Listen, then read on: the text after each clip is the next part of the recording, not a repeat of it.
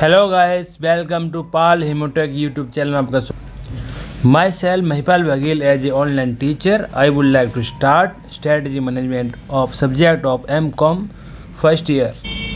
Strategy management MCU code 023 of subject of M.Com IGNOU. चलिए, there is no time waste, ready to start. Unit second, strategy framework. आज हम क्या strategy firm में हम पढ़ेंगे introduction. Second, strategy management process क्या होता है, स्ट्रेटजी इंटेंट क्या होता है, स्ट्रेटजी एनालाइज क्या होता है, strategy formulation, choice of strategy, strategy implementation, strategy evaluation and control and some summary. Okay, there is no time waste, ready to start. Again introduction. तो इंट्रोडक्शन में क्या है, स्ट्रेटजिक मैनेजमेंट. स्ट्रेटजी मैनेजमेंट क्या होता है?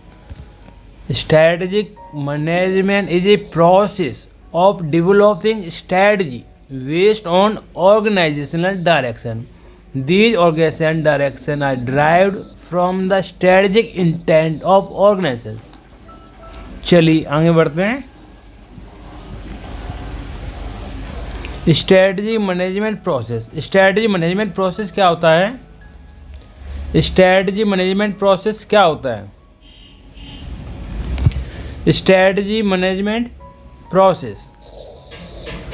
Strategy management process involves creating a strategic intent, conducting an environmental analysis, formulating and implementing strategy. It is the process which helps the managers in a strategic decision making in order to achieve the overall organization's goals. Strategy management process involves formulating strategy based on organization competency and vision and mission of organizations. यानी कि strategy management process होता क्या है? Strategy management process involve creating a strategy intent. Strategy intent क्या होता है? Vision, mission, vision, definition, objective, goals. Conducting the environment analyse, formulating and implementing of strategy. It is a process which helps the manager in strategic decision making in order to achieve overall organization's goals. Strategy management process involves formulating strategy based on organizational competency and vision and mission of organizations. It is a continuous, जो strategy management है वो क्या है हमारा? continuous process है, is related to following activity. यानी कि strategy management process होता क्या है? desirable invisible desirable future position for the organisation. यानी कि हमें ऑर्गेनाइजेशन के लिए डिजायरेबल फ्यूचर के लिए हमें स्ट्रेटजी मैनेजमेंट प्रोसेस क्या आता है? Stating the west value of organisation, analysing external as well as internal environment. जो स्ट्रेटजी मैनेजमेंट हम किस एनवायरनमेंट लगाते हैं? Internal and external as well as. तो linking the organisation strength with the environment opportunity. यानी कि ऑर्गेनाइजेशन की strength को लिंक किया जाता है ऑर्गेनाइजेशन की अपॉर्चुनिटी की. Taking the decision regarding resource allocations और formulating alternative strategy, selecting the most strategy. तो strategy management implementing formulate alternative strategy, select the most feasible strategy, implementing selective strategy, evaluating implement strategy, exercising review and control और taking corrective measure if necessary. चलिए आगे बढ़ते हैं.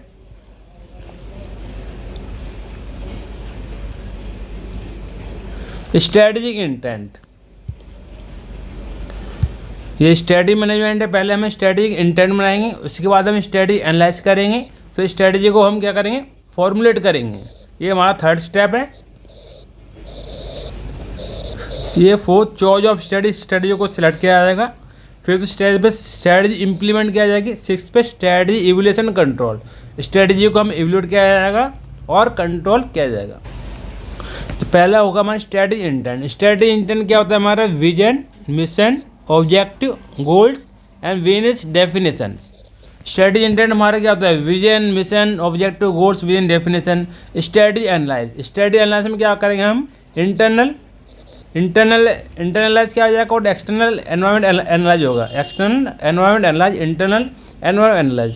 Study formulation यानी top level द्वारा board of data द्वारा study किया जाएगी, फॉर्मेट किया जाएगी। एक वाइट पेपर पे बाय पेन द्वारा स्ट्रेटजी को फॉर्मेट किया जाएगा। स्ट्रेटजी को फॉर्मेट करने के बाद नेक्स्ट पे हम चॉइस ऑफ स्ट्रेटजी सिलेक्ट की जाएगी, कौन सी स्ट्रेटजी हमें इम्प्लीमेंट करनी है।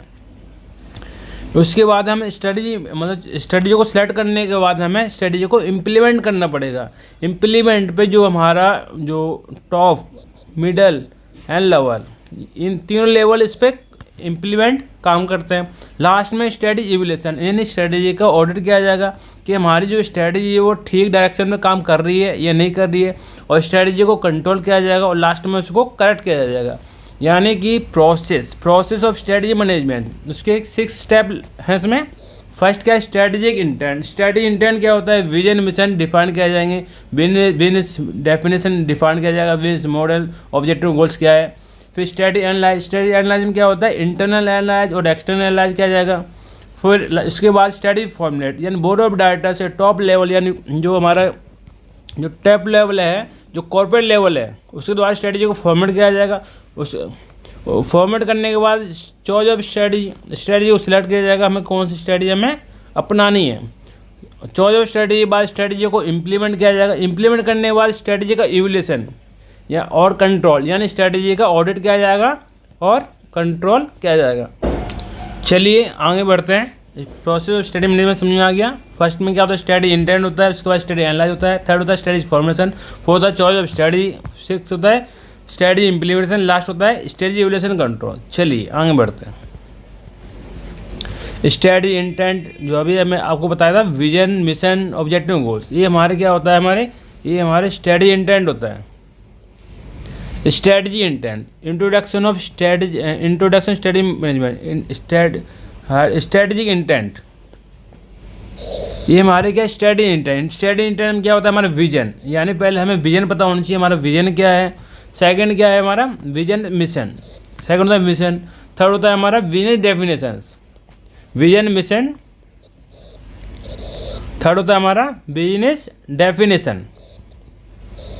फिर होता है उसके बाद ऑब्जेक्टिव गोल्स, और उसके बाद मॉडल, क्या होता है मॉडल। तो इसमें दे रखा है भाई vision, core value and purpose, mission, objective and goals and strategy. तो स्ट्रेटजी इंटेंट हमारे वैसे देखा है तो हमारे vision, mission, objective and goals, business definition और बिजनेस मॉडल, ये हमारे स्ट्रेटजिक इंटेंट होता है। चलिए आगे बढ़ते हैं। विजन, यानी कि जो स्ट्रेटजी इंटेंट में फर्स्ट एलिमेंट क्या होता है हमारा, विजन क्या होता है, विजन यानी कि first vision first element of strategy intent क्या होता है, a vision of organisation is the expectation that organisation wants to fulfil. Vision का मतलब एक ऑर्गेनाइजेशन का विजन होता है जो कि फ्यूचर ओरिएंटेड होता है विजन, जिस पर कि ऑर्गेनाइजेशन काम करती है अपना विजन प्राप्त करने के लिए। विजन हम कैसे प्राप्त करेंगे, वाई मिशन थ्रू। मिशन क्या होता है, mission is the present capability of organisations. Features of vision, it encompasses a state position which an organisation wants to achieve in future, यानी विजन को हम अचीव कहाँ करते हैं, फ्यूचर में। It showcase in futuristics picture of organisation, इन organisation में futuristics पिक्चरें दिखाई जाती हैं। विजन का हमारा विजन होता है कि हमारा ये हमारे vision organisation want to achieve in future, vision को फ्यूचर में अचीव किया जाता है। It showcase futuristic picture of organisation, ये ऑर्गेनाइजेशन की फ्यूचरिस्टिक्स पिक्चर को शो करता है। It acts as guide for an organisation which has formally written vision is able to concentrate better on its functional ability, यानी vision को return में हो तो ये फंक्शनल बेटर करता है। मतलब an organisation vision depicts desirable future position that an organisation wants to achieve in coming year, यानी जो आने वाले ईयर में ऑर्गेनाइजेशन अचीव करती है अपने विजन की ओर बढ़ती है। It involves movement from the current position to the future position, यानी जो करंट पोजिशन है उसको फ्यूचर पोजिशन से मैच करने की कोशिश होती है।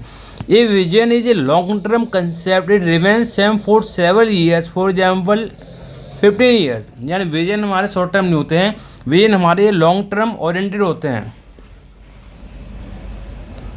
Vision, the aim of the vision statement is provide answer to question what an organisation want to become. Vision, vision का मतलब क्या है, what an organisation wants to become. First क्या होता है, वांट्स, पहले वेयर वी आर, हम कहाँ हैं, where organisation want to be, organisation कहाँ जाना चाहती है, और कम्युनिकेशन, ये एलिमेंट होते हैं विजन के।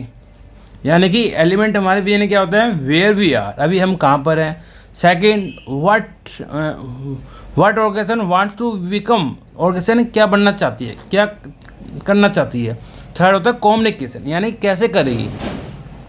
इन other words, vision statement define the strategic path of an organisation. जो विजन स्टेटमेंट क्या होता है, एक ऑर्गेनाइजेशन को एक पथ मिल जाता है, पथ में रास्ता, कि ऑर्गेनाइजेशन आने वाले ईयर में कैसे काम करेगी या क्या अचीव करना है। विजन हमारे फ्यूचर स्टेट्स होते हैं, ये विजन हमारे लॉन्ग टर्म होते हैं, ये हमारे विजन हमारे शॉर्ट टर्म नहीं होते, ये होते हैं हमारे लॉन्ग टर्म। और it provides a structure path and to an organisation by enabling it to focus and on a predetermined future position and reduce the chance of deviations. Vision का मतलब होता है हमारे फ्यूचर ओरिएंटेड होते हैं और जो चांस ऑफ डिविएशन को रिड्यूस करते हैं। Vision statement of an organisation should be achievable and measurable. जो हमारे विजन स्टेटमेंट होते हैं ऑर्गेनाइजेशन के शुड भी अचीवेबल होनी चाहिए और मेजरेबल, यानी कि इम्पॉसिबल नहीं होनी चाहिए, रिगिड नहीं होनी चाहिए हमारे विजन, जो कि हमारे शुड भी अचीवेबल होनी चाहिए और मेजरेबल, यदि हम उन्हें हम इवैल्यूएट हमें करने चाहिए। It is the should be ambitious but not over ambitious. जो हमारे विजन है वो हमारे एम्बिशियस होनी चाहिए but not over ambitious, over ambitious नहीं होना चाहिए। इसका मतलब ये है, it should be such that it is attend with in the limits of available resource. यानी जो विजन हमारा होता है वो हमारे रिसोर्स पर निर्भर करता है, हमारे पे कैसा रिसोर्स है उसके हिसाब से हमारा विजन बनता है। It should be propose keeping in mind current environment as well as possible change. Vision हमारा जो current environment as well possible change, जो फ्यूचर में पॉसिबल चेंज होगा उस पर हमारा डिपेंड होता है। In the future environment, vision of an organisation is represented in the form of vision statement. Vision को हम विजन स्टेटमेंट में रिप्रेजेंट करते हैं। ये vision statement must be incorporate thought of all stakeholder to ensure.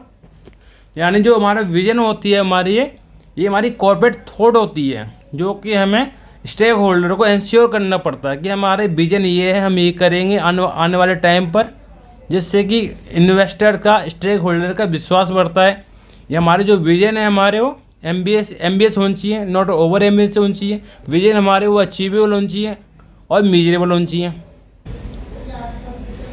Affective statement, this vision statement should B possess following in order to effective. The vision statement should be possess the following traits in order to effective. इस जो vision हमारे क्या होनी चाहिए, directional. जो vision हमारे वो directional होनी चाहिए, फिजिबल होनी चाहिए, फ्लेक्सिबल होनी चाहिए, यूनिक होनी चाहिए विजन हमारे विजन स्टेटमेंट, इंस्पायरिंग होनी चाहिए, कोर वैल्यूज होनी चाहिए। यानी विजन स्टेटमेंट हमारे कुछ पॉइंट में क्या, directional. It should provide the manager and employee with an clear direction as the where organization will heading in future so as to facilitate strategy formulate in same direction. जो vision हमारे directional होनी चाहिए, यानी कि जो employ, जो manager है, उन्हें डायरेक्शन पता होनी चाहिए हम किस साइड में जा रहे हैं, जो हमारी ऑर्गेनाइजेशन हमारी किस साइड। विजन हमारी फ्लेक्सिबल होनी चाहिए, फिजिबल का मतलब क्या है, it should be such that it achievable with relevant to prevail in future environment. जो विजन हमारे फिजिबल होनी चाहिए, फिजिबल का मतलब अचीवेबल भी हो सके, और relevance to the probable future environment, flexible, flexible मतलब it is not rigid, it should be able to change in response to change in the external as well as internal environment of the organisation से technology change और change in customer preference. Flexible का मतलब ये है internal environment external environment में flexible होनी चाहिए, ये हमारे टाइम के अनुसार हमारे विजन हमारे चेंज भी हो सकते हैं, ऐसा रेगुलर नहीं है कि हमें करना ही करना है। यूनिक विजन हमारे डोंट कॉपी पेस्ट, विजन हमारे किसी के कॉपी पेस्ट नहीं हो सकते, विजन हमारे vision statement differ for different organization as it is based on the organization core value which is unique to an organization, hence it should be distinguish to every organization. यानी vision हमारे copy paste नहीं होते, हर एक organisation के अलग अलग vision होते हैं। विजन ऐसा नहीं है कि गूगल से आप कॉपी पेस्ट कर दें आप विजन बन जाए, नहीं, विजन हमारे यूनिक होते हैं, यानी every organization has unique visions, ये हर ऑर्गेनाइजेशन अलग अलग विजन होते हैं। Inspiring, it must be able to inspire motivate entire work force of organization. जो हमारे विजन हैं वो हमें इंस्पायर करते हैं, ऑर्गेनाइजेशन के एवरी मेंबर को इंस्पायर करते हैं। Core value, it should be depict the core value of organization, it must be reflect the purpose of organization exist, यानी कि विजन हमारे कोर वैल्यू को रिप्रेजेंट करते हैं। और विजन हमारे क्या होनी चाहिए, क्लियर होनी चाहिए। It should be bring clarity to mind of managers as how to make decisions, allocate resource for achievable success. Purpose of mission statement, purpose of mission statement, an effective and clear vision statement provide an organization with a clear strategic direction for future sustainable advantage in the industry. An effective vision statement therefore serve various benefit of organization in the ways in showing figure 2.3, यानी 2.3 ये vision के हमारे जो benefit क्या होते हैं, ये vision हमारी गाइडिंग फोर्स, विजन हमारी गाइडिंग फोर्स है, ऑर्गेनाइजेशनों को गाइडिंग करते हैं। स्ट्रेटजी, विजन हमारी स्ट्रेटजी है। वेल डिफाइंड वर्क फोर्स, जो विजन हमारे होते हैं, जो विजन स्टेटमेंट होती है वेल डिफाइंड वर्क फोर्स होती है। मोटिवेशनल फैक्टर, विजन हमारे एक मोटिवेशनल फैक्टर है। विजन हमारे क्या है, इमेज ऑफ ऑर्गेनाइजेशन, विजन हमारे क्या है, इमेज है किसकी, ऑर्गेनाइजेशन की, हमारी ऑर्गेनाइजेशन क्या करना चाहती है। विजन स्टेटमेंट हमारे फ्यूचर ओरिएंटेड होते हैं, vision statement long term oriented होते हैं, नॉट शॉर्ट टर्म ओरिएंटेड होते हैं, ये मेजरेबल होते हैं और measurable, achievable.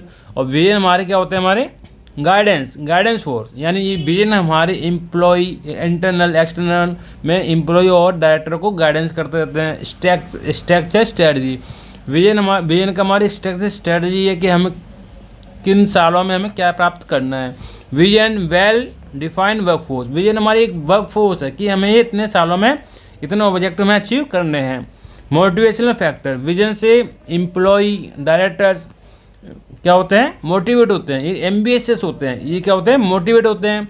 Image of organisation, vision क्या हमारी ऑर्गेनाइजेशन की इमेज है कि हमारी ऑर्गेनाइजेशन आने वाले सालों में ये काम करेगी, ये ऑब्जेक्टिव हैं, उनके गोल्स हैं। चलिए आगे बढ़ते हैं।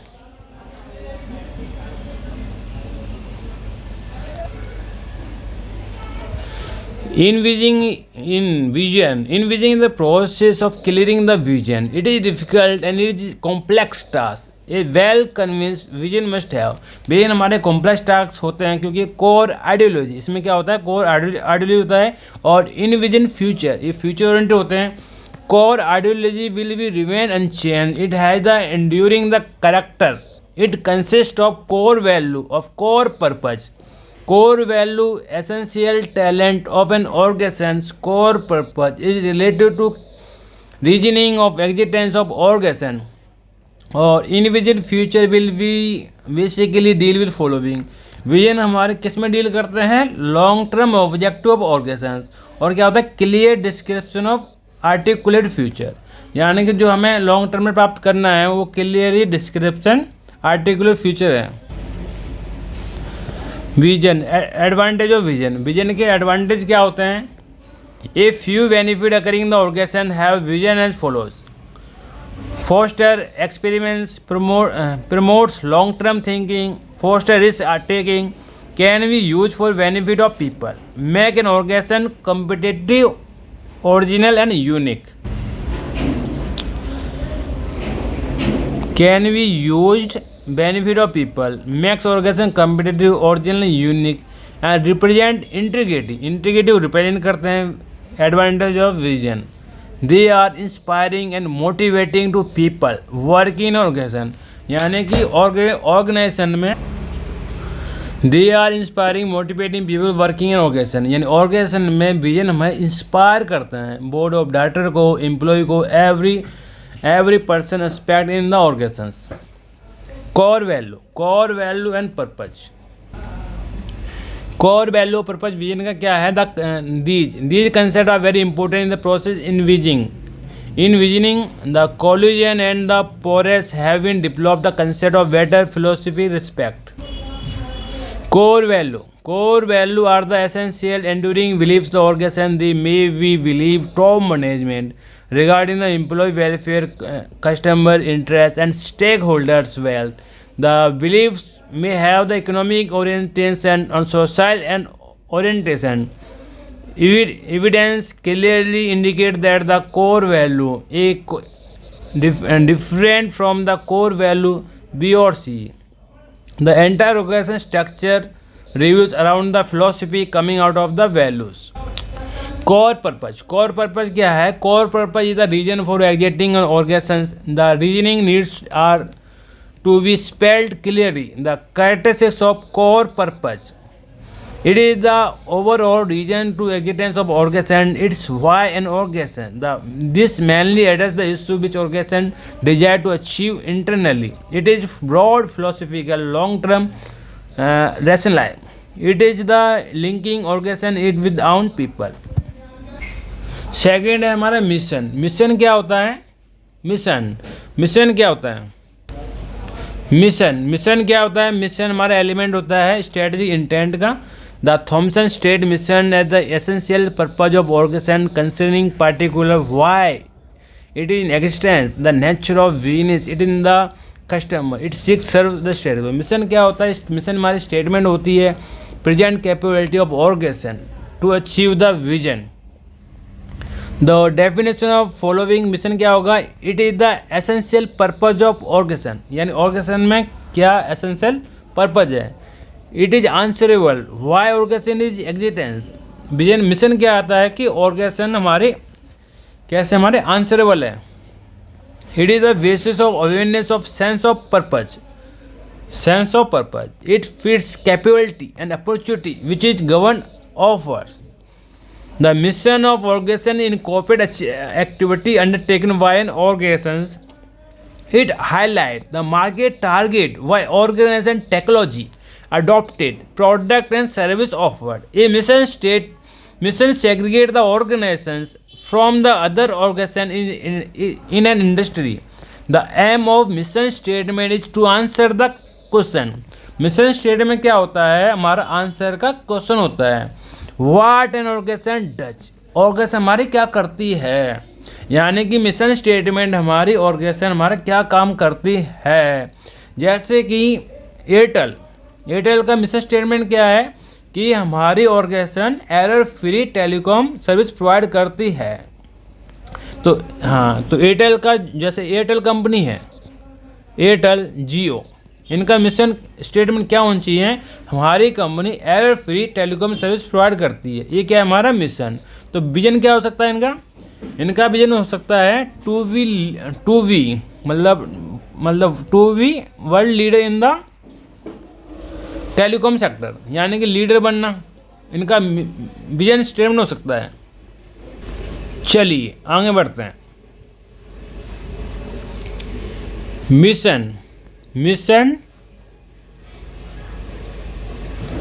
Mission of organization should be based on its core value. जो मिशन है वो हमारे ऑर्गेनाइजेशन के कोर वैल्यू पर डिपेंड करता है. The core value of an organisation is nothing what is fundamental belief, philosophy and principle of organization. These core values and beliefs are root of any organization which does not undermine any financial and short-term benefit. Nature mission का nature क्या होता है? Nature of mission statement follows, it gives social reasoning, specific role with an organization place in society, it is philosophical, visionary and relate to top management values, has long term perspective. यानी vision mission mission ये हमारे format कौन करता है? Top management. Vision mission relate होते हैं हमारे top management, यानी कि कॉर्पोरेट लेवल से हम रिलेट करते हैं। यानी कि विजन स्टेटमेंट ड्राइव कहाँ से होते हैं? हमारे corporate level, top level, by board of director द्वारा। जो मिशन है हमारा, it is a legitimise societal existence, it has stylistic objective and reflect the corporate philosophy, identify character image of organization। जो मिशन है हमारा, जो ऑब्जेक्टिव होते हैं और रिफ्लेक्ट करते हैं कॉर्पोरेट फिलोसफी है, identify character image of organisation, ये क्या है? हमारी ऑर्गेनाइजेशन की इमेज है।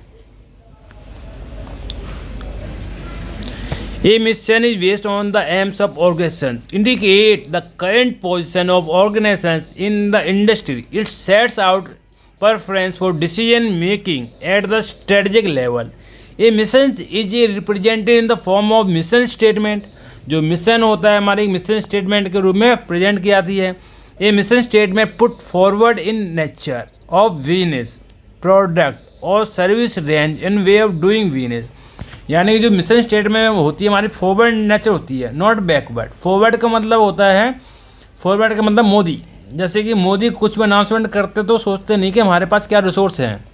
मोदी जी क्या करते हैं कि वो पहले अनाउंसमेंट करते हैं, भले रिसोर्स हो ना हो। उसके बाद अपनी जो उनकी टीम है, अनाउंसमेंट करने के बाद अपनी टीम से कहते हैं रिसोर्स का प्रबंधन करें और जो भी मैंने कमिटमेंट किया है उसको पूरा करें। और बैकवर्ड का मतलब होता है कि जो पूर्व प्रधानमंत्री थे मनमोहन सिंह, वो क्या करते थे? क्या वो बैकवर्ड, पहले वो देखते थे कि हमारे पास कितने रिसोर्स हैं, कितनी कैपेबिलिटी हैं, उसके बेस पे हम अनाउंसमेंट करते हैं। तो देखा जाए तो हमारी जो बैकवर्ड है वो ठीक होता है, क्योंकि फॉरवर्ड में बहुत रिस्की होती है, यदि कमिटमेंट ना हो तो उसका नेगेटिव इम्पैक्ट पड़ता है ऑर्गेनाइजेशन। बैकवर्ड पे क्या होता है, उसमें रिस्क कम होता है, क्योंकि हमने पहले ही एनालाइज कर रखा है कितने हमारे पास रिसोर्स है और उतने ही हम कमिटमेंट कर सकते हैं। चलिए आगे बढ़ते हैं। ये technology, process and competitive strength of organization. The mission statement organization is the starting point of formulation strategy. Statement is succeed was setting of objective of goals. In other words, it should be include all the aspect of business in the present environment। भाई element of mission statement, पहली बात तो हमारा strategy intent क्या होता है? Strategy intent होता है हमारा vision, mission, objective and goals, business definition और बिजनेस मॉडल। ये हमारा स्ट्रेटजिक क्या होता है? ये हमारा स्ट्रेटजिक इंटेंट होता है। स्ट्रेटजिक इंटेंट क्या होता है? Vision, mission, objective, goals, business definition और बिजनेस मॉडल।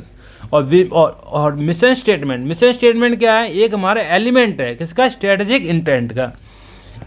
ये हमारा एलिमेंट है किसका? स्ट्रेटजिक इंटेंट का।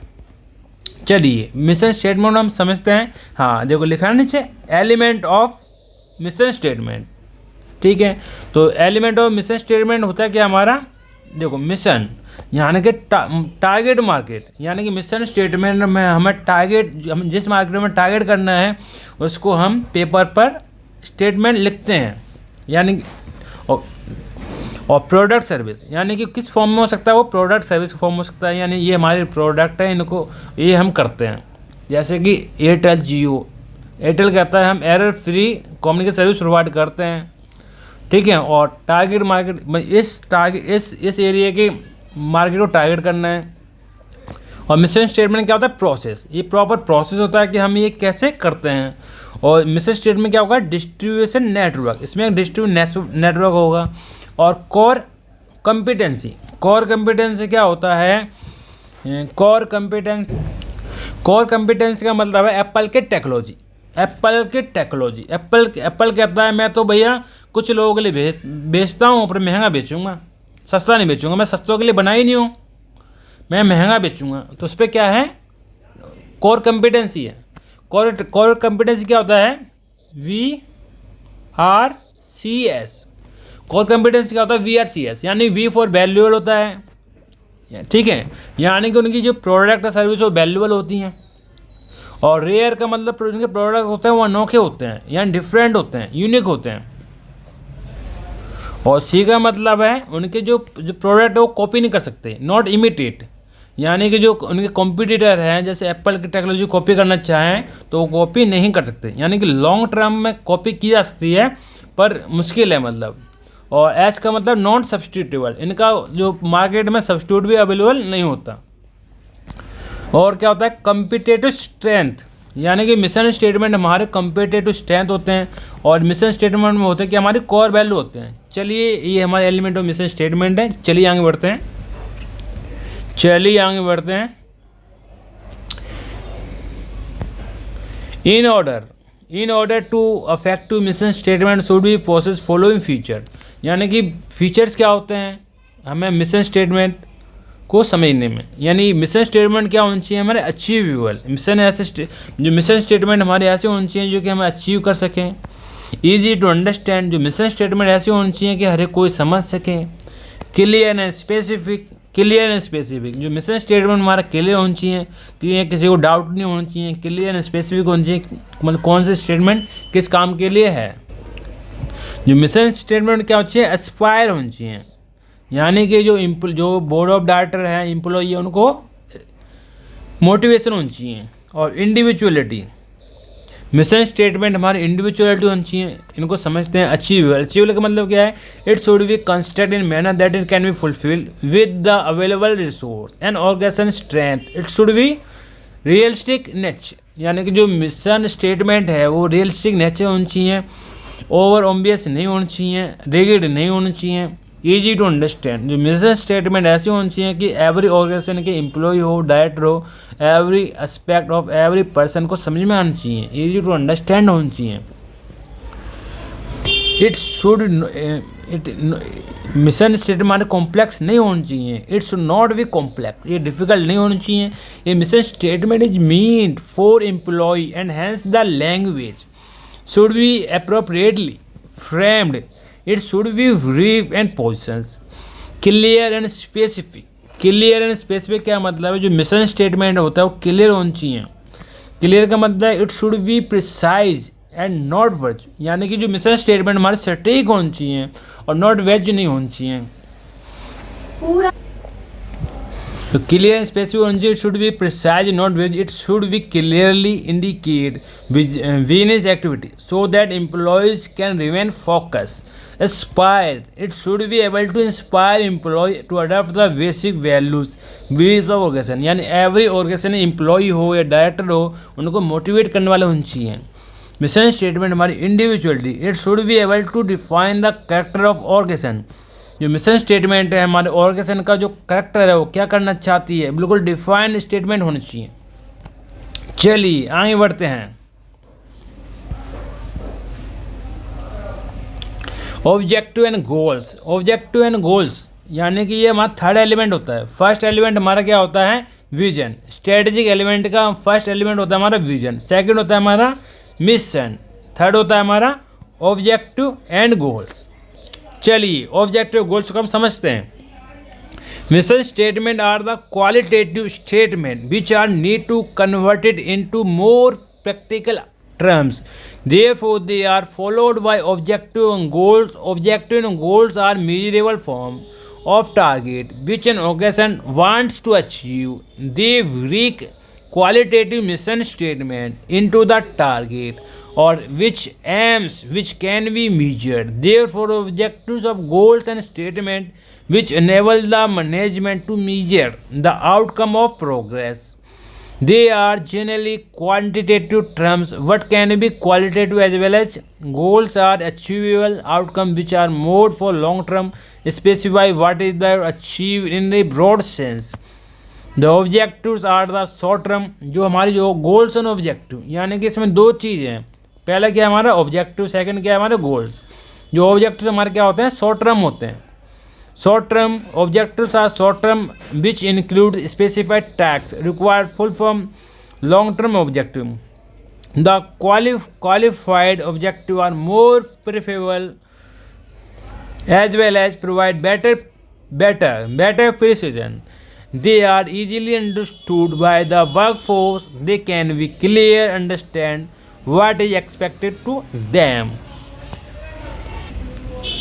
Objectives and goals should be drawn in line with the mission statement.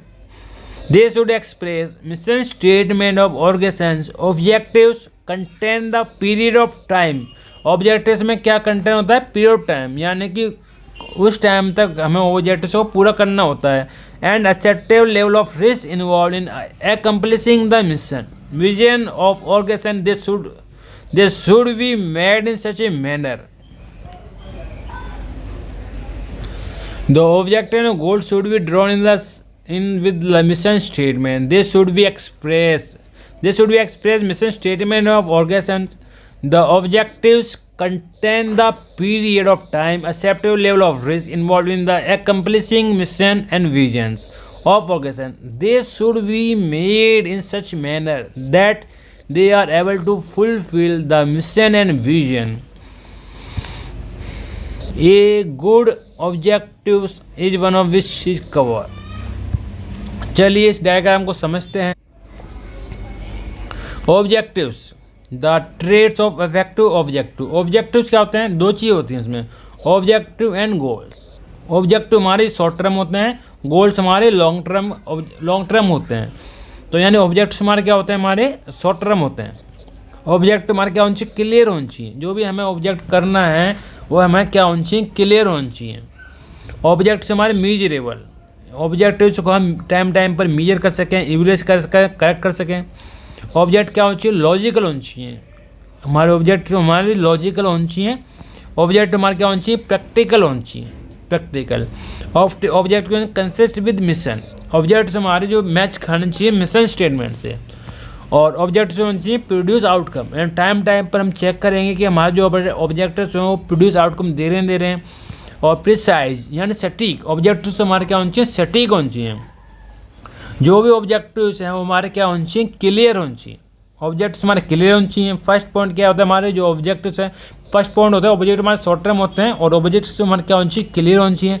Second क्या होता है? मीजरेबल, यानी टाइम पर हमें मीजरेबल इवैल्यूएशन कंट्रोल हमें करना चाहिए. ऑब्जेक्टिव हमारे जो भी हमारा ऑब्जेक्टिव्स है वो लॉजिकल होनी चाहिए. यानी कि जो भी हम स्टेटमेंट में ऑब्जेक्टिव्स हम लेकर हैं वो हमारा लॉजिकल होना चाहिए. थर्ड है ऑब्जेक्टिव्स प्रैक्टिकल. इम्प्रैक्टिकल नहीं होनी चाहिए, इम्पॉसिबल नहीं होनी चाहिए. Consist with mission.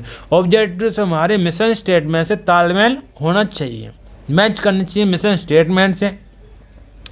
और प्रोड्यूस आउटकम. ऑब्जेक्टिव्स जो टाइम पर हमें चेक करनी चाहिए, हम प्रोड्यूस आउटकम दे रहे हैं. Objective precise. ऑब्जेक्टिव हमारे क्या होनी चाहिए? सटीक होनी चाहिए. चलिए आगे बढ़ते हैं. There is no time waste, ready to start. ये क्वेश्चन है हमारा, difference between goals and objective. Difference between the goals and objective. ये रहा. यानी कि देखा जाए तो ऑब्जेक्टिव एंड गोल्स दोनों सेम होते हैं, कुछ अंतर नहीं है. अंतर कर पाना बहुत मुश्किल है कि गोल्स क्या होता है, ऑब्जेक्टिव क्या होता है. किसी लड़के से पूछा जाए तुम्हारा गोल्स क्या है, तुम्हारा ऑब्जेक्टिव क्या है, तो आप उसको सेम ही मान लो. पर देखा जाए तो उसका माइनर डिफरेंस है. माइनर डिफरेंस का मतलब जो ऑब्जेक्टिव से हमारे क्या होता है? शॉर्ट टर्म होते हैं. गोल्स हमारे क्या होता है? ये लॉन्ग टर्म होते हैं. तो इसमें देखा डिग्री में ऑब्जेक्टिव हमारे क्या होता है? स्पेसिफिक होते हैं. गोल्स क्या होता है? ब्रॉड का मतलब क्या होता है? Broad meaning. ब्रॉड का मतलब पता होना चाहिए. ब्रॉड नैरो, ये मतलब बहुत इंपॉर्टेंट है. ये होता है ब्रॉड, ये नैरो का मतलब क्या होता है? ब्रॉड. जैसे जियो की मोबाइल सिम है आपके पास, वो सभी के लिए, भले अमीर हो गरीब हो, शाहरुख खान हो अंबानी हो, कोई भी हो, सबके लिए है ब्रॉड. नैरो का मतलब होता है एप्पल का फ़ोन. सबके लिए नहीं, अमीर लोगों के लिए है. जिसमें वेल्थ है उनके लिए है एप्पल का फ़ोन, एप्पल टेक्नोलॉजी. जो गरीब है उनके लिए नहीं है. एप्पल खुद कहता है मैं गरीबों के लिए बना ही नहीं हूँ, मैं नैरो हूँ और मैं अमीर लोगों को बेचता हूँ. चलिए, ब्रॉड का मतलब समझ में आ गया होगा. टाइम फ्रेम का मतलब होता है, हाँ लिखा ना देखो, शॉर्ट टर्म. मैंने पहले बोला था ऑब्जेक्टिव हमारे क्या होता है? शॉर्ट टर्म होते हैं. गोल्स हमारे लॉन्ग टर्म ओरिएंटेड होते हैं. यानी कि जो ऑब्जेक्टिव को आपस में इंटरलिंक होते हैं, यानी हमारे जो छोटे छोटे गोल हैं वो प्राप्त होंगे तभी तुम्हारा गोल्स प्राप्त होगा। इम्पैक्ट, जो ऑब्जेक्टिव है इंटरनल एनवायरनमेंट इम्पैक्ट होता है इंटरनल, और गोल्स हमारे एक्सटर्नल एनवायरनमेंट। इंटरनल एनवायरनमेंट का मतलब क्या है, जहाँ पर यानी ऑर्गेनाइजेशन की स्ट्रेंथ और वीकनेस, दो ही तो चीज़ होती है इंटरनल एनवायरनमेंट में। ऑर्गेनाइजेशन स्ट्रेंथ होगी, वीकनेस होगी, जो बाहर जो इनहेरेंट कैपेबिलिटी ऑफ, वो हमारी इंटरनल एनवायरनमेंट होगा। यानी जो बाहर की, जैसे कि जो अंदर की अच्छी चीज़ है वो स्ट्रेंथ होती है, अंदर की बेकार चीज़ होती है वीकनेस होती है। और एक्सटर्नल एनवायरनमेंट को तो बाहर से क्या मिलेगा, अपॉर्चुनिटी एंड थ्रेट मिलेगा। बाहर की अच्छी चीज़ है वो क्या अपॉर्चुनिटी है, बाहर की बेकार चीज़ थ्रेट है। मतलब जो ऑब्जेक्टिव से मेजरेबल होनी चाहिए, मेजरेबल मतलब क्वांटिटेटिव। जो ऑब्जेक्टिव से भैया तीन चार से काम नहीं बनेगा, ऑब्जेक्टिव हमारे क्वांटिटेटिव होनी चाहिए, यानी सफिशेंट होनी चाहिए, ठीक है। और गोल्स का मतलब है क्वालिटेटिव, यानी कि वहाँ पर ज़्यादा नहीं चाहिए, कम चाहिए पर बढ़िया चाहिए, यानी कम चाहिए बढ़िया चाहिए। ऑब्जेक्टिव क्या, तो क्वांटिटेटिव, 1 2 3 से काम नहीं बनेगा, यानी सफिशेंट होनी चाहिए। और ऑब्जेक्टिव्स क्वालिटेटिव, यानी जो गोल्स हमारे क्वालिटेटिव होते हैं, क्वालिटेटिव का मतलब है कम हो पर बढ़िया हो, क्वालिटी से कोई कंप्रोमाइज़ नहीं, गोल्स में क्वालिटी से कोई कंप्रोमाइज़ नहीं। यानी किसी को इंजीनियर बनना है तो कहेगा मैं ये कर लेता हूँ, मैं वो कर रहा हूँ ना, इंजीनियर बनना है तो बनना है, यानी क्वालिटेटिव। ब्रॉडली का मतलब क्या है, it is more convenient to use one term rather than both, the difference between the two is simply matter degree of it may be very widely. तो ब्रॉड का मतलब एक और समझ लेते हैं, ब्रॉड यानी कि जो गोल्स हमारे ब्रॉड होते हैं। ब्रॉड का मतलब होता है एप्पल के टेक्नोलॉजी, एप्पल का मोबाइल फ़ोन। एप्पल का मोबाइल फ़ोन क्या है, हमारा नैरो है, एप्पल का फ़ोन हमारा नैरो है। और जियो और एयरटेल वो हमारे ब्रॉड है, यानी जियो की सिम, एयरटेल की सिम हर एक बंदे के लिए होती है, और सेम प्राइस चार्ज किया जाता है एवरीवन, हर एक के लिए। पर एप्पल का मोबाइल फ़ोन ये अमीरों के लिए होता है भाई, गरीबों के लिए नहीं होता। चलिए आगे बढ़ते हैं, they no time waste. The needs of establishing objectives, the objective provide yard stick to measure performance department of SBU organization, यानी किसी SBU ऑर्गेनाइजेशन की हम ऑब्जेक्टिव्स हमको माप सकते हैं, मेजर कर सकते हैं। SBU क्या होता है, जैसे टाटा का नमक ये 1 SBU है, टाटा की कार ये अदर SBU है, जिसमें SBU का मतलब क्या होता है, similar products are not cover under one roof, यानी कि मतलब प्रोडक्ट्स नॉट कवर कर, एक छत के अंदर सारे प्रोडक्ट नहीं कवर कर पाते, उसे हम SBU कहते हैं। जैसे कि टाटा का नमक ये 1 SBU है, ठीक है। टाटा का मोबाइल अदर SBU है, टाटा की चाय अदर SBU है। Objectives serve the motivating force. All people work to achieve the objectives. Objective help the organization to pursue in the vision mission. Objective हमारे किस में काम आते हैं, विजन मिशन को पूरा करने में हमारा ऑब्जेक्टिव काम आते हैं। Long term perspective translate in the short term goals. Objective define the relationship organization with the internal external environment. Objective हमारे कहाँ काम आता है, internal external environment. Internal environment में क्या इंटरनल एनवायरनमेंट मतलब है स्ट्रेंथ वीकनेस को पता करने में, एक्सटर्नल एनवायरनमेंट का पता है अपॉर्चुनिटी एंड थ्रेट को पता करने में। Objective provide the basis for decision making. Objective provide करता है, क्या प्रोवाइड करता है, डिसीजन मेकिंग प्रोवाइड करता है। Objective provide the basis for decision making. All decisions taken at all level of management are oriented toward the accomplishment of objectives. यानी जो objectives वो सभी के लिए होते हैं। सभी के लिए का मतलब क्या है, टॉप लेवल, मिडिल लेवल और बॉटम लेवल, इसको लोअर लेवल भी कहते हैं। यानी इन तीनों लेवल में हर एक का अलग अलग ऑब्जेक्टिव और ऑब्जेक्टिव्स होते हैं। चलिए आगे बढ़ते हैं। What objective should be set. Objective कैसे सेट किया जाता है, according to Peter Drucker objective should be set in area of market standing, innovation, productivity, physical and finance resource, profitability, manager performance, development, workforce, attitude, public responsibility research have been identify following area of setting objective. यानी objective हम set कैसे करते हैं, objective हम set कैसे करते हैं, innovation, productivity, physical, finance resource, profitability, manager performance, development, work performance, public responsibility, researchers. ठीक है, इनको और समझते हैं। What are objective should be, हमारा प्रॉफिट ऑब्जेक्टिव होना चाहिए। ऑब्जेक्टिव हमारा क्या होना चाहिए, ऑब्जेक्टिव हमारा प्रॉफिट होना चाहिए, और मार्केटिंग ऑब्जेक्टिव होना चाहिए, प्रोडक्ट ऑब्जेक्टिव होना चाहिए। प्रॉफिट ऑब्जेक्टिव मतलब क्या होता है, प्रॉफिट और objective is the most of important objective for any business enterprise. In order to earn a profit, an enterprise has to multiple objective. Is a key result area of such market share, new product development, quality of service. Market objective क्या होता है, may be express to increase the market share. Market objective क्या है, हमारा market में share बढ़ाना है। अभी जैसे कि हम स्टूडेंट खोला है, तो हमने जैसे हम 20 स्टूडेंट पढ़ाते हैं, फिर उसको आगे चल के 100 स्टूडेंट, फिर 200, 1000, to increase the market share 2% within 5 years. उसमें क्या होता है, टाइमिंग पीरियड होता है कि इन सालों में इतना काम हमें करना है। To increase the total sales by 10% annually, यानी इसमें कुछ एग्जाम्पल दे रखा है कि हर साल हमें 10% सेल बढ़ानी है। They are the related to functional area, ये फंक्शनल एरिया से डिपेंड करता है, यानी कि टॉप, मिडल एंड फंक्शनल, यानी थर्ड लेवल, इससे रिलेट करता है। Productivity objective may be expressed in terms of ratio of input and output. The objective may be stated in terms of cost per unit of production. चलिए आगे बढ़ते हैं। Product objective, जो objective हमारे product objective होते हैं, social objective होते हैं, फाइनेंशियल ऑब्जेक्टिव होते हैं, ह्यूमन रिसोर्स ऑब्जेक्टिव होते हैं। ये हमारे ऑब्जेक्टिव से करेक्ट हैं। यानी प्रोडक्ट ऑब्जेक्टिव क्या होता है, may be express in term of product development, product diversification and branding. इसका मतलब समझ लेते हैं। प्रोडक्ट डेवलपमेंट का मतलब है R&D करने के बाद प्रोडक्ट डेवलप किया जाता है, और प्रोडक्ट डेवलप करने के बाद ये डिस्ट्रीब्यूट किया जाता है कस्टमर को।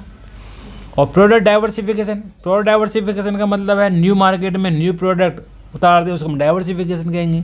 ब्रांडिंग का मतलब है अपना लेवल, उस पर प्रोडक्ट लाएंगे, उसमें ब्रांडिंग कहेंगे। सोशल ऑब्जेक्टिव क्या होता है, may be describe in terms of social orientation. हमारा सोशल में क्या एस्पेक्ट रखता है, मतलब it may be tree plantation of provision of drinking water, of development of parks and setting of community centre. यानी कि हमें पार्क का डेवलपमेंट करना, ड्रिंकिंग वाटर मतलब अच्छा पानी पिलाना, अच्छा बिजनेस करना, जिसकी सोसाइल पर कम हार्मफुल हो, उससे हम सोशल ऑब्जेक्टिव होनी चाहिए। फाइनेंशियल ऑब्जेक्टिव क्या है, relate to cash flow. Financial objective का मतलब क्या है, हमारा कैश फ्लो हमारा बढ़ना चाहिए, यानी पैसा हमारे पास आना चाहिए। डेब्ट टू इक्विटी रेशो हमारी कम से कम होनी चाहिए। वर्किंग कैपिटल हमारी बढ़नी चाहिए। New issue such stock exchange operations, collection period, डेब्ट इंस्ट्रूमेंट। फॉर एग्जाम्पल ऑर्गेनाइजेशन में state the decrease the collection period तो 30 days end of the year. यानी ये क्या कर रहा है, कलेक्शन पीरियड हमारा क्या होना चाहिए, कम होना चाहिए। यानी जो हम क्रेडिट पीरियड देते हैं लोगों को, वो हमारा क्या होना चाहिए, कम होना चाहिए। यानी टाइम पर बंदे टाइम से पहले ही पेमेंट कर दे। और लास्ट ऑब्जेक्ट हमारा human resource objective. Human resource क्या है, हमारा जो मानव है वो हमारे कैपिटल है। मानव जैसे कि एप्पल का फ़ोन, एप्पल कंपनी में जो ह्यूमन रिसोर्स हैं, जैसे कि ह्यूमन रिसोर्स का बहुत मेन इंपॉर्टेंट होता है ऑर्गेनाइजेशन में। एप्पल की कंपनी, जैसे आपने देखा होगा MI, रेडमी, ओप्पो, ये कहाँ से आ गए, टपक गए फ़ोन। ये इनके फ़ोन ख़राब ही नहीं होते। क्यों नहीं होते, क्योंकि ये भी फ़ोन जो इनके एम्प्लॉय थे ना, पहले ये एप्पल की कंपनी में काम करते थे, तो वहाँ से वो लिख के डाटा निकाल के फिर उन्होंने खुद का प्रोडक्ट बनाया। प्रोडक्ट बनने के बाद उन्होंने लॉन्च करा, मतलब तो उन्होंने काफ़ी शेयर कम कर दिया उनका, एप्पल कंपनी का। चलिए ह्यूमन रिसोर्स को समझते हैं। Human resource objective may be described in terms of, ये क्या लिखा है, absenteeism, turnover, number of the grievance, strike. An example may be reduce less than 10% of 6 months। ठीक है, चलिए आगे बढ़ते हैं। Characteristics of objective. Characteristics objective क्या होते हैं भैया, ये हर चीज़ होनी चाहिए, ये स्पेसिफिक टाइम ओरिजिन होनी चाहिए, और अटेनेबल ऑब्जेक्ट होनी चाहिए, अंडरस्टैंडेबल होनी चाहिए, और कंकरेंट ऑफ होनी चाहिए। ये हमने अभी पढ़ लिए हैं। चलिए आगे बढ़ते हैं।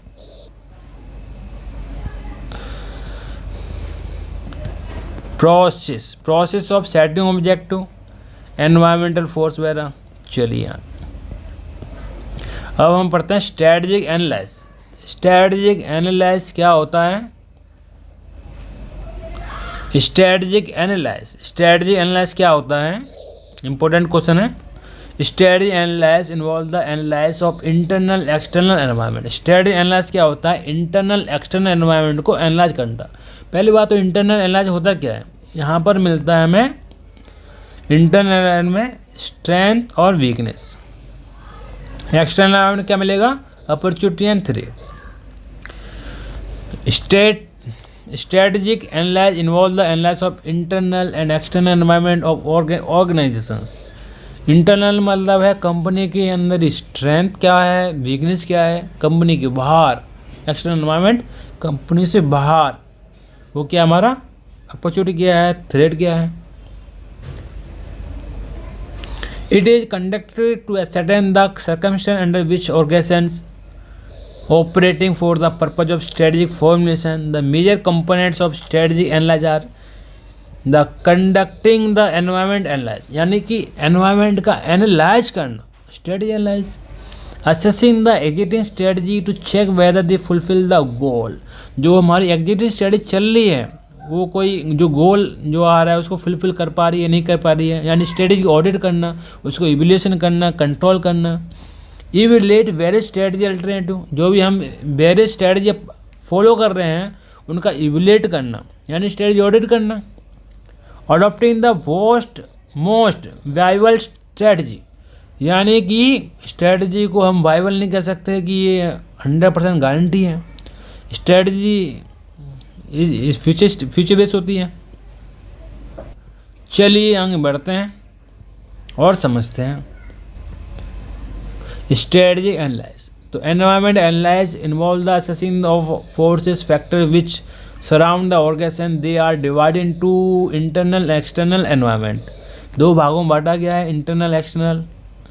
The internal environment of organization comprise of factors which only affect that particular organization, where external environment comprise of all the factors which affect whole industry and organizations of that industry.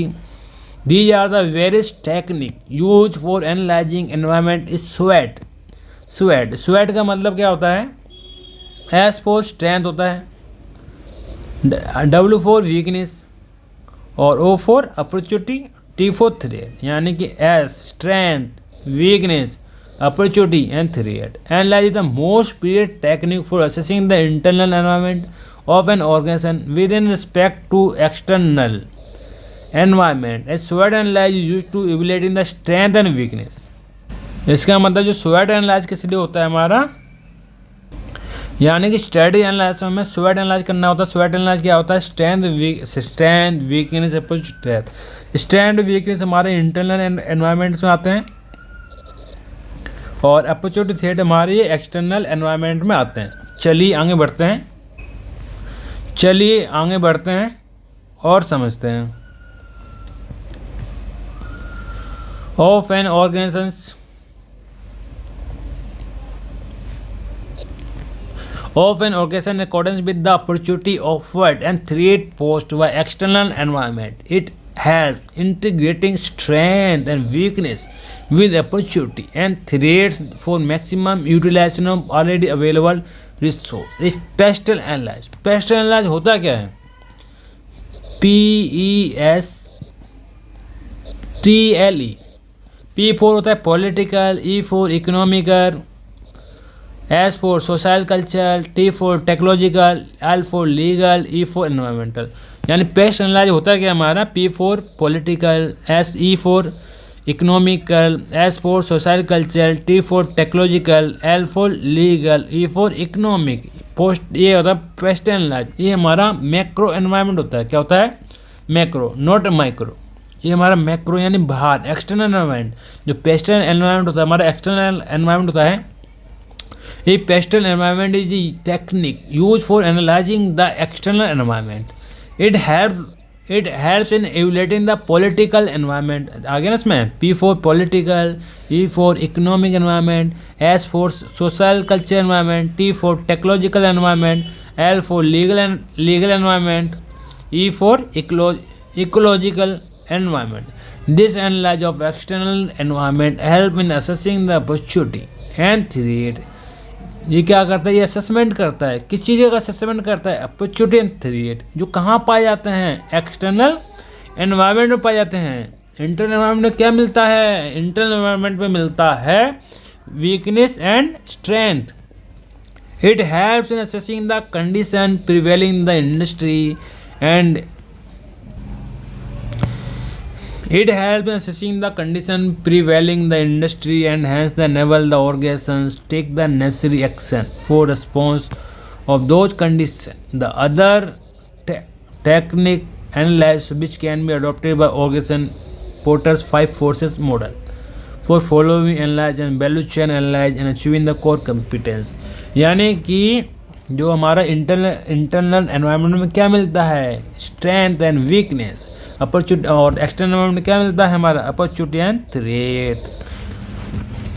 चलिए आगे बढ़ते हैं। There is no time waste, ready to start. Strategy of formulation. तो strategy of formulation क्या होता है? एक बहुत इंपॉर्टेंट काम होता है टॉप लेवल। स्ट्रेटजी को फॉर्मुलेट कौन करता है? हमारा टॉप लेवल करता है। Formulating of strategy involve developing strategy various level of business and organization। अच्छा, इसका मतलब ये है स्ट्रेटजी फॉर्मुलेशन जो हमारे 3 लेवल होते हैं, 3 होते हैं, टॉप, मिडल, लोअर। इसको हम बॉटम लेवल भी बोलते हैं, फंक्शन लेवल भी कहते हैं, इसको हम कॉर्पोरेट लेवल भी कहते हैं, और मिडल को हम बिजनेस लेवल भी कहते हैं। ये 3 लेवल होते हैं जहाँ पर स्ट्रेटजी फॉर्मुलेट की आती है। स्ट्रेटजी फॉर्मुलेट का मतलब है तीनों लेवल, तीनों मैनेजर लोग अपने लेवल पर स्ट्रेटजी क्या करते हैं? फॉर्मुलेट करते हैं। स्ट्रेटजी को फॉर्मुलेट हम कहाँ करेंगे? ये वाइट पेपर पे करेंगे, वाइट पेपर पेन पेंसिल से करेंगे। ये हमारी क्या स्ट्रेटजी है? Strategy are required to formulate at the global level. ये रहा ग्लोबल। अच्छा, इसमें 4 लेवल भी आ गया। वाह वाह, 4 लेवल, यानी कि global level, corporate level, business level, function level, 4 level strategy को बना दिए। वैसे देखा है हमारे 3 होते हैं, कॉर्पोरेट, बिजनेस, फंक्शनल, पर इसमें ग्लोबल लेवल भी कह दिया। मतलब the strategy are required to formulate at the global level, corporate level, even functional level. Strategy formulated preceded by strategic direction which are shown by an organization's mission, vision, objective। इसमें क्या depict करेंगे? Vision, mission, objective. Moreover, the manager formulate the strategy response to external as well as internal। यहाँ पर response होगा। response क्या होगा? internal और external environment का। चलिए आगे बढ़ते हैं और समझते हैं। आगे बढ़ेंगे तभी तो समझेंगे। चलिए चलिए चलिए चलिए। The strategy of the stage of strategy formulation. भाई फॉर्मुलेशन की स्टेज कितनी होती हैं? 4 होती हैं। 1 2 3 4। फर्स्ट स्टेज में क्या होता है? डेवलपिंग मिशन, विज और ऑब्जेक्टिव। यानी फर्स्ट स्टेटमेंट में क्या होगा? हम करेंगे मिशन और ऑब्जेक्टिव को डेवलप करेंगे। यानी हमारे जो मिशन है वो कहाँ होनी चाहिए? मिशन स्टेटमेंट होनी चाहिए, ऑब्जेक्ट पता होना चाहिए हमें क्या करना है, शॉर्ट टर्म में हमें क्या करना है। Strategy are based on strategic intent and direction. स्टेंट का मतलब क्या होता है? Vision, mission, vision, definition, goals and objective. Strategic intent होते क्या हैं? स्ट्रेटजिक इंटेंट होते क्या हैं? Vision, mission, objective, goals, vision, definition, business model, स्वॉट एनालाइज। स्वॉट एनालाइज क्या होता है? सेकंड होता है हमारा स्टेज ऑफ स्ट्रेटजी फॉर्मुलेशन का स्वॉट analyse. Involve the analyse strength and weakness of an organisation and environment and opportunity and threat organisation. स्वॉट एनालाइज का मतलब S for strength, W for weakness, O for opportunity और T for threat. इसको हमें analyse करना होता है। यानी कि स्ट्रेंथ वीकनेस ये कहाँ पाए जाते हैं? एक्सटर्नल एनवायरनमेंट, नहीं सॉरी इंटरनल एनवायरनमेंट। और अपॉर्चुनिटी थ्रेट कहाँ पाए जाते हैं? External environment. थर्ड होता है अल्टरनेटिव स्ट्रेटजी, यानी स्ट्रेटजी बहुत सारी होती हैं, उसमें कौन सी स्ट्रेटजी यूज करनी चाहिए। Involve the generating different strategy for achieving the objective on basis of SWOT analyse, यानी पहले हम डेवलप करेंगे विजन, मिशन, ऑब्जेक्टिव को। सेकंड स्टेप में SWOT एनालाइज करेंगे। SWOT एनालाइज क्या हमें स्ट्रेंथ वीकनेस, हमें इंटरनल एनवायरनमेंट स्ट्रेंथ वीकनेस पता होनी चाहिए, हमारी ऑर्गेनाइजेशन की क्या स्ट्रेंथ है और क्या वीकनेस है। और एक्सटर्नल एनवायरनमेंट अपॉर्चुनिटी, हमें किससे कहाँ से हमें अपॉर्चुनिटी मिल सकती है, किस व्यक्ति से हमें थ्रेट मिल सकती है, किस ऑर्गेनाइजेशन से हमें थ्रेट मिल सकते हैं, ये हमें एनालाइज करना होता है। थर्ड होता है हमारा अल्टरनेट स्ट्रेटजी, यानी कि कुछ स्ट्रेटजी काम नहीं कर रही है तो हम उसकी जगह कौन सी स्ट्रेटजी हमें यूज कर सकते हैं। लास्ट पॉइंट है हमारा चूजिंग स्ट्रेटजी, हम कौन सी स्ट्रेटजी हमारे अप्रोप्रिएट है। अप्रोप्रिएट का मतलब है कौन सी स्ट्रेटजी वहाँ पर सूटेबल है। चूजिंग स्ट्रेटजी मतलब कौन सी स्ट्रेटजी अप्रोप्रिएट है। Select strategy which is more suitable and feasible according to situation, इसका मतलब है कौन सी स्ट्रेटजी अप्रोप्रिएट है, कौन सी स्ट्रेटजी किस सिचुएशन में यूज हो सकती है, उसको हम चूजिंग स्ट्रेटजी कहते हैं। यानी स्ट्रेटजी फॉर्मुलेशन में कितने स्टेप है? स्टेज है 4। फर्स्ट क्या है हमारा? Developing mission and objective. First stage में हमें मिशन ऑब्जेक्टिव को डेवलप करने होते हैं। सेकंड स्टेज में हमारा SWOT एनालाइज करना होता है। SWOT एनालाइज होता क्या है? स्ट्रेंथ, वीकनेस, अपॉर्चुनिटी, थ्रेट, यानी स्ट्रेंथ वीकनेस को हमें इंटरनल एनवायरनमेंट मिलते हैं, उसको एनालाइज करना होता है। अपॉर्चुनिटी थ्रेट हमें एक्सटर्नल एनवायरनमेंट मिलता है, उसको हमें एनालाइज करना होता है। थर्ड क्या है? अल्टरनेटिव स्ट्रेटजी, यानी कुछ स्ट्रेटजी काम नहीं कर रही है तो उसकी जगह पे हम दूसरी स्ट्रेटजी यूज कर सकते हैं। लास्ट होता है हमारा चूजिंग स्ट्रेटजी, कौन सी स्ट्रेटजी सूटेबल है यानी अप्रोप्रिएट है, कौन सी स्ट्रेटजी कहाँ पर यूज कर सकते हैं। ये हमारे 4 स्टेज होते हैं स्ट्रेटजी फॉर्मुलेशन के। चलिए आगे बढ़ते हैं। They you no time base ready to start. अब ये आ गया भैया डिफरेंट की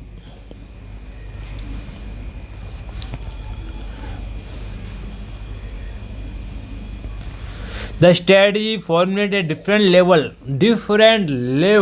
on the operation management these level, ठीक है। तो टाइप्स ऑफ डिफरेंट लेवल क्या होते हैं? हमारे 3 होते हैं। कॉर्पोरेट लेवल, चिल्ला के बोलिए, corporate level, business level, functional level. These levels corporate level, business level, functional level, 3 level होते हैं भैया, इन्हें याद करें। Corporate level, business level, functional level. The different level of strategy involve different strategy alternative objective organization disk follow. यानी corporate level क्या होता है? यहाँ पे बोर्ड ऑफ डायरेक्टर डिसीजन लेते हैं, टॉप लेवल डिसीजन लेते हैं। कॉर्पोरेट लेवल स्ट्रेटजी होता क्या है? Corporate level strategy are the strategy which is formed by top management. These strategy primarily deal with the decoding the mission of organization into the plan. These strategies are meant for longer duration and usually less specific on level of strategy. Corporate level में क्या आ जाएगा हमारा?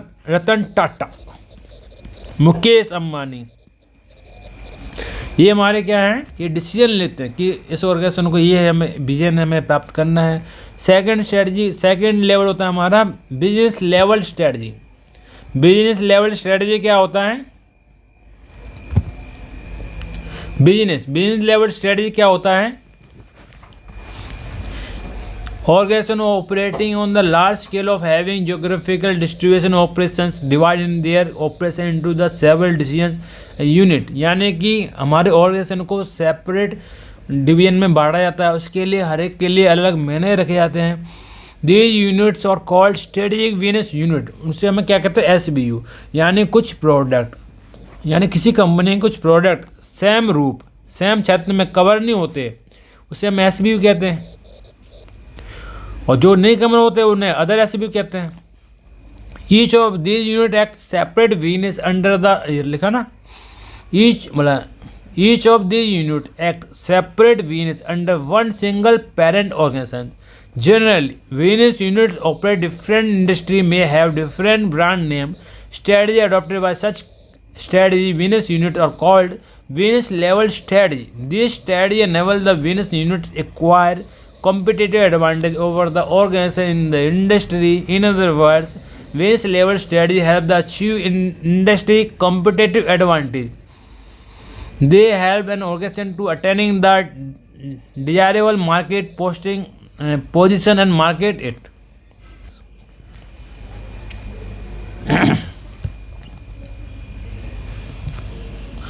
These are formulated. These are formulated for shorter period of time.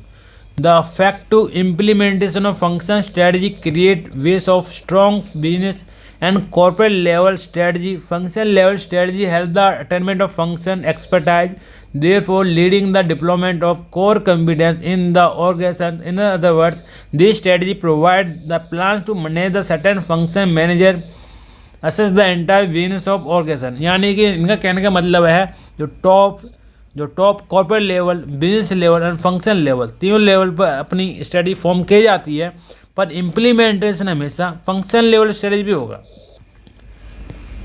चलिए आगे बढ़ते हैं. The no time strategy to start.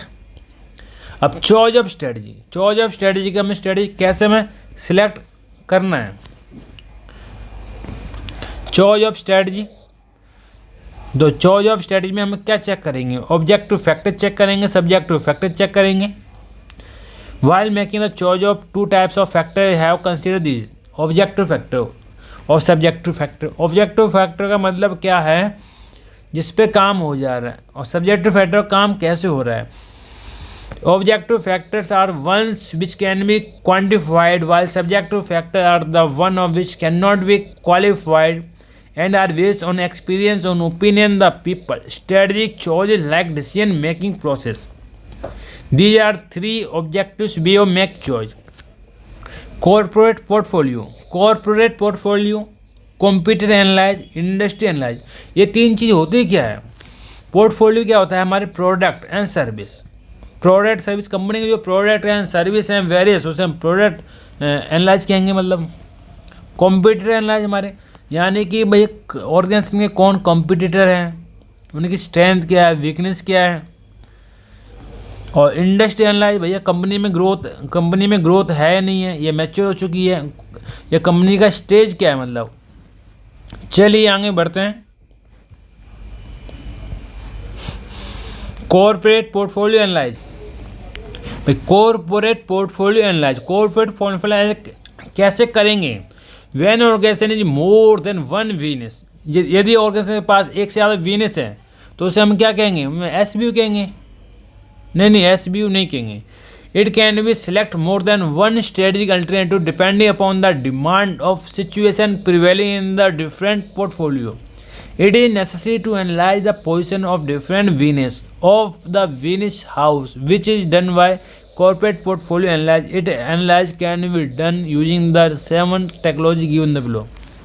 यानी कि कॉर्पोरेट पोर्टफोलियो एनालाइज, पोर्टफोलियो का मतलब होता है product and service, different product and service, और उनका एनालाइज करना. उसमें हम क्या करेंगे, ये एक्सपीरियंस कर क्या होता है, जैसे कि हमारा एक्सपीरियंस बढ़ेगा तो हमारी जो कॉस्ट है वो कम होगी. जैसे कि यदि मुकेश अंबानी चाहे तो भी वो बजाज की तरह बाइक लॉन्च नहीं कर सकता. मुकेश अंबानी चाहे तब भी वो एयरप्लेन नहीं उड़ा सकता, क्योंकि उसके पास एक्सपीरियंस ही नहीं है. एक्सपीरियंस कर क्या होता है, यदि हमारे पास जो एक्सपीरियंस हमारा बढ़ेगा, तो हमारी प्रोडक्ट और जो कॉस्ट है वो कम होती है. यानी मुकेश अंबानी जियो तो लॉन्च कर दिया क्योंकि उसका पहले से उसका बिजनेस था, मतलब, पर वो चाहें तो वो बजाज की तरह बाइक लॉन्च नहीं कर सकता, बुलेट की तरह बाइक लॉन्च नहीं कर सकता. जितना एक्सपेंस बढ़ेगा उतनी कॉस्ट कम हो जाती है. PLC यानी प्रोडक्ट लाइफ साइकिल होते हैं. हर प्रोडक्ट सर्विस की लाइफ साइकिल होती है. इसमें क्या होगा, इंट्रोडक्शन ग्रोथ मैच्योरिटी डिक्लाइन. यानी कि प्रोडक्ट लाइफ साइकिल में पहले हम प्रोडक्ट को इंट्रोड्यूस करेंगे, फिर उसके बाद इंट्रोडक्शन ग्रोथ मैच्योरिटी डिक्लाइन. पहले इंट्रोडक्शन होगा, ग्रोथ होगी, मैच्योर होगा, फिर डिक्लाइन हो जाएगा. BCG ये बोस्टन कंसल्टिंग मैट्रिक्स होती हैं। इसमें दो एक्स और वाई होते हैं, यानी कि relative market share, market growth rate. इसमें चार निकलते हैं star, cash cow, question mark, dog. G 9 cell matrix. ये BCG ये हमारी 9 सेल मैट्रिक्स होती है। इसमें हम देखते हैं बिजनेस पोजीशन और मार्केट अट्रैक्टिवनेस, दो चीज़ चेक करते हैं। स्पेस डायग्राम, ये डायग्राम की फॉर्म में रिप्रेजेंट किया जाता है। प्रोडक्ट मार्केट इवैल्यूएशन मैट्रिक्स, यानी प्रोडक्ट को हम इवैल्यूएट करते हैं। और डायरेक्शनल पॉलिसी मैट्रिक्स, ये तरीके हैं हमारे कॉर्पोरेट प्रोडक्ट एनालाइज करने के लिए। चलिए आगे बढ़ते हैं, there is no time waste. Competitor analyse क्या होता है? हमारे जो कॉम्पिटिटर है, ऑर्गेनाइजेशन जो कॉम्पिटिटर है उसके बारे में एनालाइज करना। यानी हमारे पहले बात तो हमें आइडेंटिफाई कॉम्पिटिटर, हमें कॉम्पिटिटर पता होना चाहिए कि हमारा कौन कॉम्पिटिटर है। In the competitor analyse focus on external environment, one of the components of external environment. Is the competitor different between the SWOT analysis? Competitor analysis is that of competitor analysis are concerned is only component environment competitor, while the SWOT analysis of environment। यानी competitor analysis हम कैसे कर सकते हैं? हम SWOT के द्वारा हम कर सकते हैं। इस S से हमें अपनी स्ट्रेंथ पता चल जाएगी, वीकनेस पता चल जाएगी, और क्या अपॉर्चुनिटी मिल सकती है एक्सटर्नल एनवायरनमेंट से, क्या थ्रेट है हमारी। ये हमारे क्या कॉम्पिटिटर एनालाइज। कॉम्पिटिटर एनालाइज क्या होता है? हमारे कॉम्पिटिटर का एनालाइज करना, वो हमारा कॉम्पिटिटर एनालाइज होता है। चलिए आगे बढ़ते हैं, इंडस्ट्री एनालाइज क्या होता है?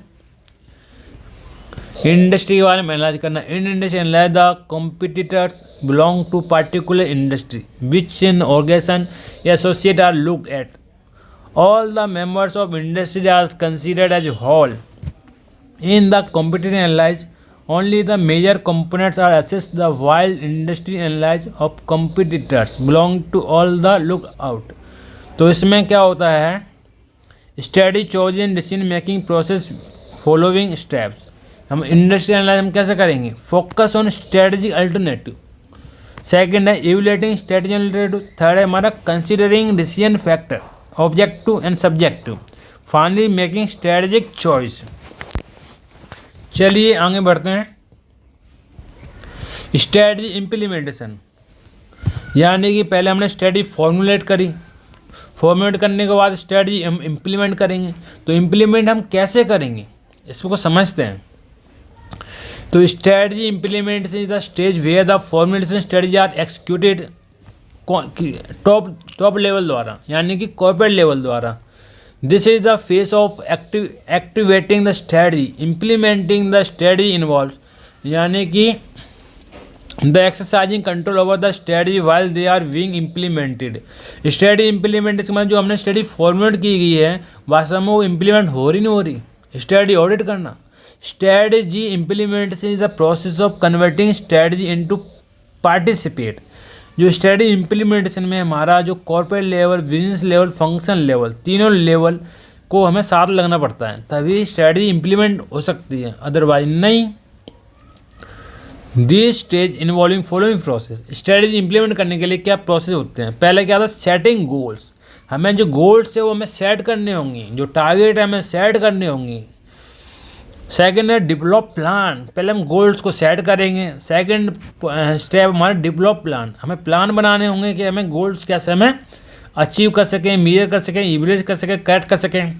थर्ड होता है हमारा स्ट्रक्चरिंग द ऑर्गेनाइजेशन स्ट्रक्चर को समझना और उसके अनुसार उसको स्ट्रक्चर को बनाना। अलोकेशन ऑफ रिसोर्स, जो भी हमारे पास रिसोर्स हैं, जो भी ऑर्गेनाइजेशन मेम्बर हैं उनको रिसोर्स डिस्ट्रीब्यूट करने होंगे और कहाँ से रिसोर्स आएंगे, उसका कैसे मिलेगा। थर्ड होता है communication plans and goal. Communicating plans goals का मतलब क्या है?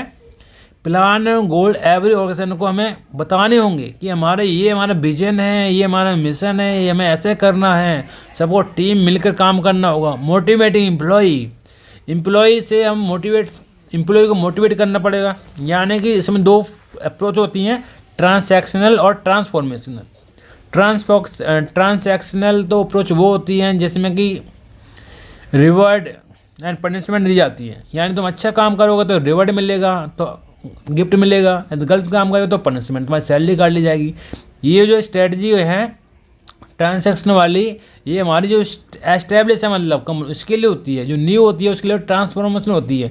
उसमें प्यार मोहब्बत से काम कराया जाता है ट्रांसफॉर्मेशन अप्रोच में, यानी एम्प्लॉय को मोटिवेट, अरे उससे एम्प्लॉय से बोला जाता है तुम्हारे बारे में तुम दिल लगाकर काम करो, तुम्हारा प्रमोशन होगा।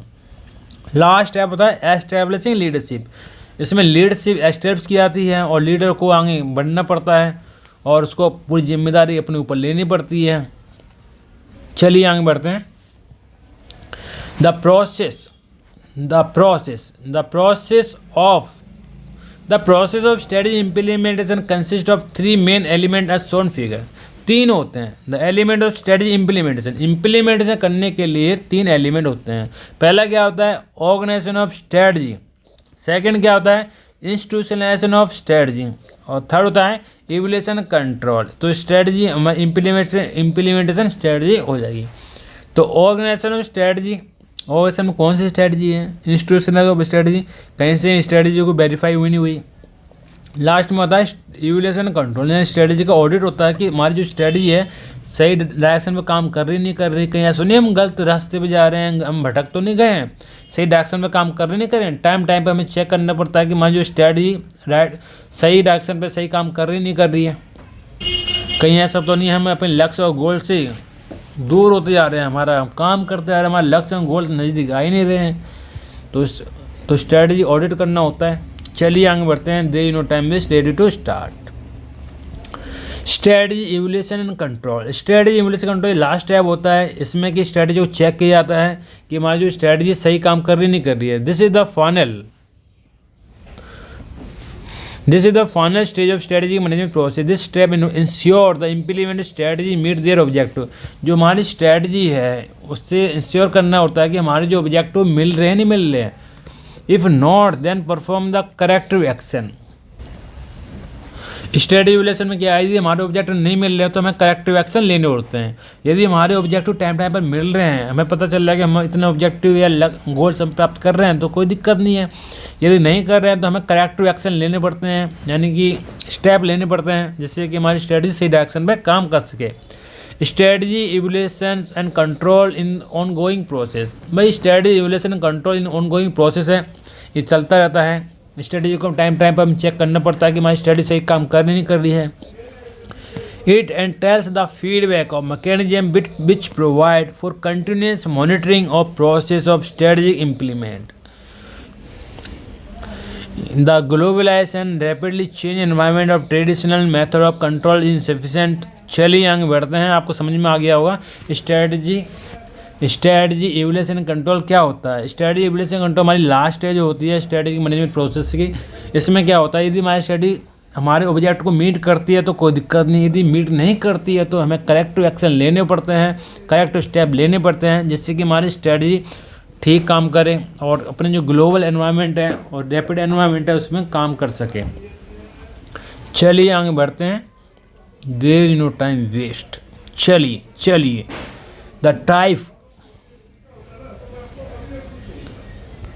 The types of control in organisation. The types of control in organisation, इसमें क्या होते हैं, हमारी ऑर्गेनाइजेशन में स्ट्रेटजी कंट्रोल होता है, ऑपरेशन कंट्रोल होता है। स्ट्रेटजी कंट्रोल क्या होता है, control for long term year, यानी स्ट्रेटजी कंट्रोल होता है जो हमारे लॉन्ग टर्म कंट्रोल्स को हम कंट्रोल करें, स्ट्रेटजी बनाएं, उससे हम स्ट्रेटजी कंट्रोल कहते हैं। ऑपरेशन कंट्रोल क्या होता है, हमारी ऑर्गेनाइजेशन की प्री एंड पोस्ट के जो कंट्रोल है उसको कंट्रोल करें। Post action evolution and control the short term period less than year. Operation control होता है यदि हमारे जो ईयर लेस देन ईयर से जो कंट्रोल हैं उसको हम ऑपरेशन कंट्रोल कहेंगे, यदि मोर देन ईयर है वो हमारे स्ट्रेटजी कंट्रोल होंगे। The strategy control include the following type. The strategy control के भी 4 टाइप होते हैं। कौन से होते हैं, 4। पहला होता है हमारे प्रीमाइज कंट्रोल, सेकंड होता है हमारा इम्प्लीमेंटेशन कंट्रोल, थर्ड होता है हमारा स्पेशल अलर्ट कंट्रोल, फोर्थ होता है हमारा स्ट्रेटजी सर्विल कंट्रोल। प्रीमाइज कंट्रोल क्या होता है, हमारे जो इंटरनल एक्सटर्नल एनवायरनमेंट में एजप्शन बेस पे हमारे कंट्रोल होते हैं वो हमारे प्रीमाइज कंट्रोल होते हैं। इम्प्लीमेंटेशन कंट्रोल क्या होता है, जो हम इम्प्लीमेंट कर रहे हैं वो हमारे जो कंट्रोल, हमारी जो स्ट्रेटजी ठीक काम कर रही नहीं कर रही है वो हमारे इम्प्लीमेंटेशन कंट्रोल होता है। स्पेशल अलर्ट कंट्रोल क्या होता है, भाई टाइम टाइम पर गवर्नमेंट अपना नया टैक्स लेके आती है, कोई कानून लेके आती है, उसके लिए हमें चौकन्ना रहना पड़ता है। स्टेटिक सर्विलेंस कंट्रोल क्या होता है, कोई भूकंप आ गया या कोई ट्रेजरी हो गई तो उसके लिए हमें चौकन्ना रहना पड़ता है या तैयार रहना पड़ता है। चलिए आगे बढ़ते हैं, they no time waste. Operation control इनके following stage. Budgeting, operation control क्या होते हैं? ऑपरेशन कंट्रोल वो होते हैं जो कि हमें लेस देन 1 ईयर के लिए बनाए जाते हैं। जैसे बजटिंग, हमें बजटिंग करनी पड़ती है, हमारे पास कितना बजट है, कितना पैसा आने वाला है, कहाँ जाने वाला है, बजटिंग कहाँ पर खर्च होगा, वो हमें बजटिंग करनी होगी। ये हमारा एग्जाम्पल है ऑपरेशन कंट्रोल का, याद रखें, पूछ सकते हैं। Budgeting technique are various types of which are follows. Zero based budget, program budgeting, performance budgeting, scheduling, ये हमारा ऑपरेशन कंट्रोल है। Management control system, feedback control system, यानी कि हर ऑर्गेनाइजेशन में क्या होता है, हर एक एम्प्लॉय से फीडबैक लिया जाता है। यानी कोई होटल है तो कस्टमर से हम फीडबैक लेंगे कि भाई आपको सर्विस कैसी लगी, हमारे होटल पर क्या आप रेटिंग दे सकते हैं। डिवीजन परफॉर्मेंस मेजरमेंट, ये क्या आता है हमारी गूगल कंपनी में, जहाँ सुंदर पिचाई पहले क्या आता है, वो डिवीजन मैनेजर थे वो। चलिए आगे बढ़ते हैं, ये हमारा लगभग ख़त्म हो गया और एक बार इसको हम ऐसे ही समराइज कर लेते हैं। चलिए बाय बाय दोस्तों, आपको नेक्स्ट वीडियो मिलेंगे। Thanks for watching. प्लीज़ यदि आपको पसंद आया तो लाइक एंड शेयर सब्सक्राइब कर दीजिए, जिससे कि मेरे आने वाली वीडियो में आपको ज़्यादा मैं वर्क हार्ड कर सकूं। जय हिंद, जय भारत, वंदे मातरम, भारत माता की जय।